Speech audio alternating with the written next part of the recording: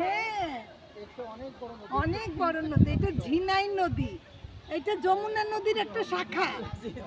আচ্ছা, এই নদী আবার আমাদের ঢাকার তুরাগ নদীর সঙ্গে যে মিশছে।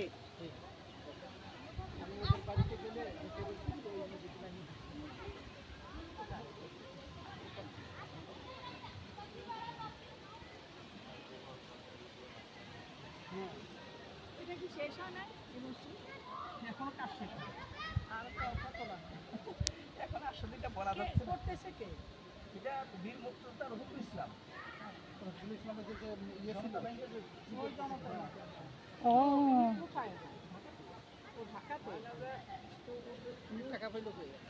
টাকা দিয়ে আপনারা স্টেশন দিচ্ছেন। আর উনি যত টাকা ওনার ছিল প্রথম উনি সমস্ত টাকা আপু নদীটার